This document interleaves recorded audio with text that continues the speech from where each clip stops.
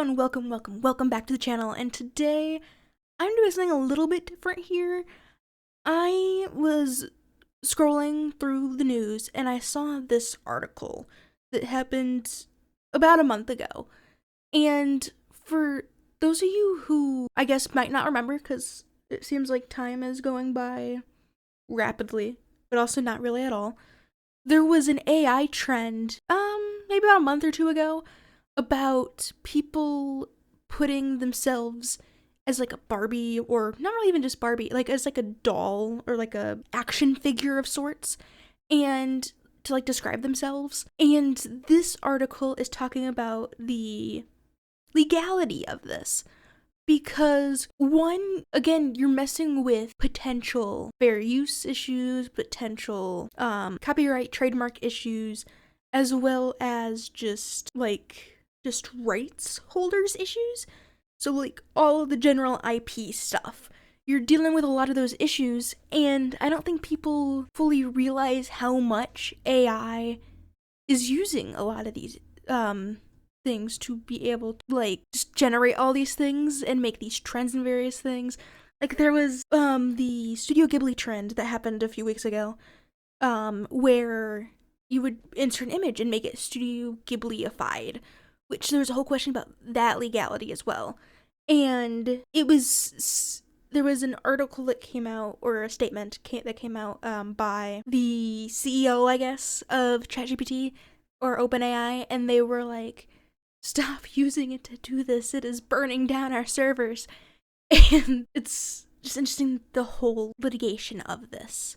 So it talks about the AI trend where you have these AI tools or apps that use either your LinkedIn headshot or various pictures, and you put a prompt in that you want to generate, including various items such as the doll, as well as clothing, accessories, what job they have, and insert in this information about whoever is creating it and what type of packaging to use and whatever.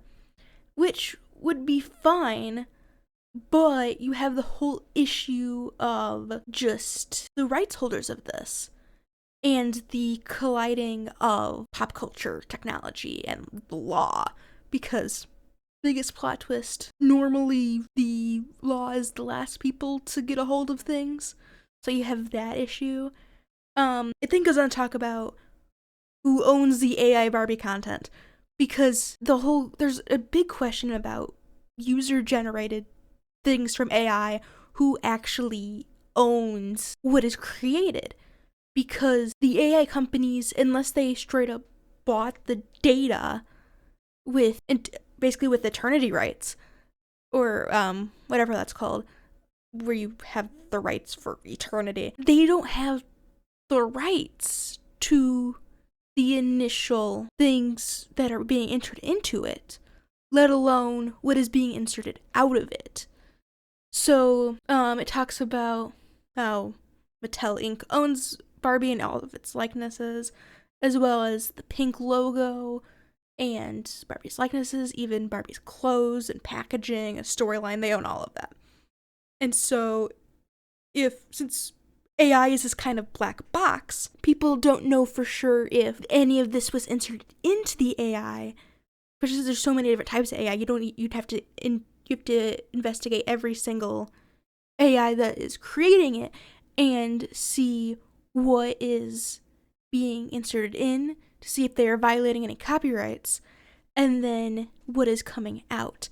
And especially copyright infringement issues are worked, especially commercially, when you have these influencers who are making money off of the post for ad revenue, or just not even just that, but even if there isn't any ad revenue taken aside, they are potentially gaining followers from that and getting brand deals from their follower accounts. So you have that issue as well. And even just people who aren't making money off of it, it's still a AI issue and still a infringement issue, because regardless if you're making it money off it or not, there's this whole issue of you're still generating things based off of the likeness, and you don't have the rights to the likeness. And it talks about the FTC endorsement guidelines that they must make clear when you are promoting something. But how do you know if you are, like, you're not being endorsed because you don't have an affiliate code or anything like that? And if you are misleading consumers by them thinking that you are authorized by Mattel to be able to post this or whatever, and the creator has the company's permission to make this, it can be considered deceptive marketing and lead to actions. And so there's also like licensing issues. They don't have any permissions from it. And who is the author? Like, we don't know who the author is, because under US copyright law, the AI tool user or prompt writer probably doesn't own the work. And the platform might assert usage rights, but if they didn't own the information that went into it, do they even truly own what came out of it? Which is a very whole interesting issue that is coming up. And then you have the whole thing of AI trying to make it compliant, which is very interesting. It talks about the EU AI Act, which I think is a very fascinating act that's supposed to become fully applicable in August 2nd, 2026. And it says it would categorize many AI images generators as high-risk applications requiring transparency and human oversight. The EU AI Act establishes a risk-based framework that prioritizes transparency, accountability, and ethical AI development. And it aligns with the GDPR, which is the General Data Protection Act, which is basically the legislation right now for anything to do with data ethics, AI, various things in the EU, and it would be really nice if other countries followed suit, but slowly but surely. And it underscores the importance of integrating this into something more ethical, which is interesting. Many states are also beginning to regulate the AI with employment, biometrics, and decision-making contexts, like requiring various transparency in the law, which I think is very useful, and make sure that companies aren't using information that they don't have, or like that they've been given to by users but shouldn't probably share it.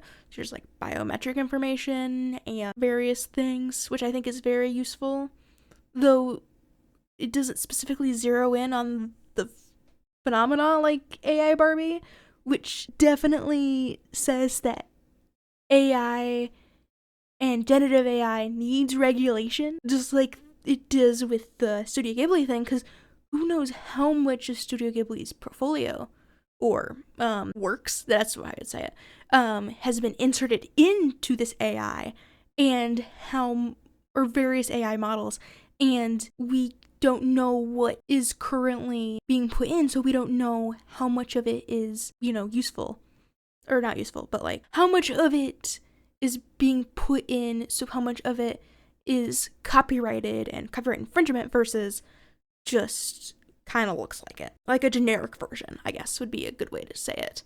And it also talks about, which I think people don't fully realize, there was a few trends ago where people were doing, this would have been years ago at this point, the Disney trend, where you would put in a photo and it would like Disneyify it.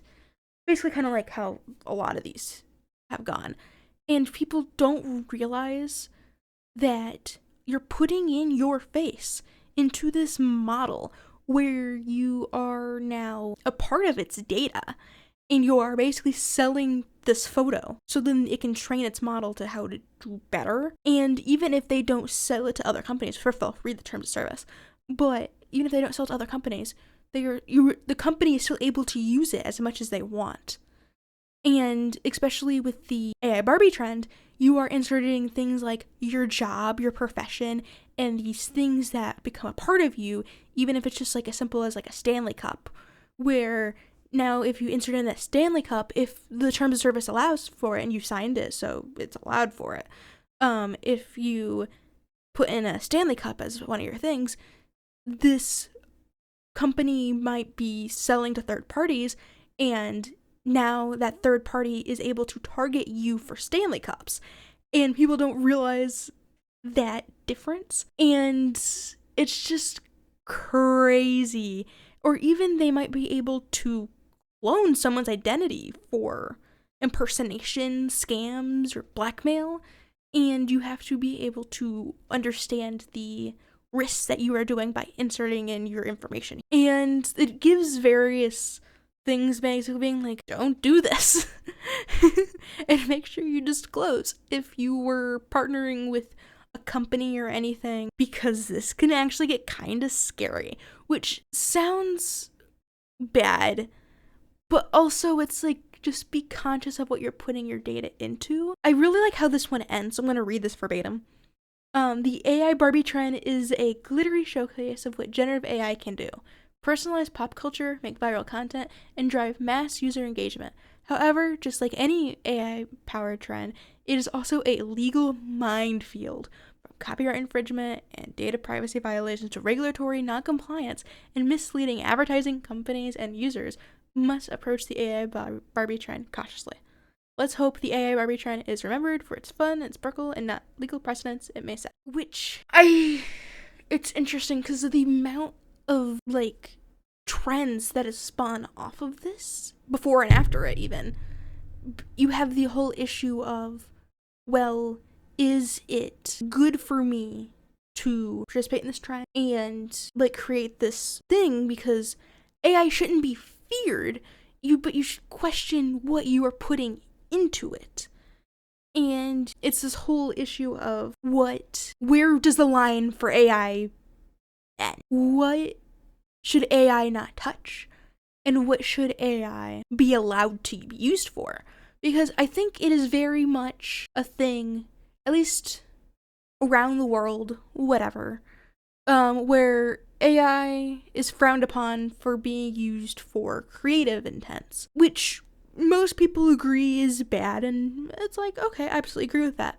But then you have these trends where AI is able to be used to create these trends and is essentially being helped training the AI to become more of a creative engine versus what it could be used for, such as like research and simplifying tasks that just truly just don't need a human to be behind it, such as like creating a schedule. Hear me out.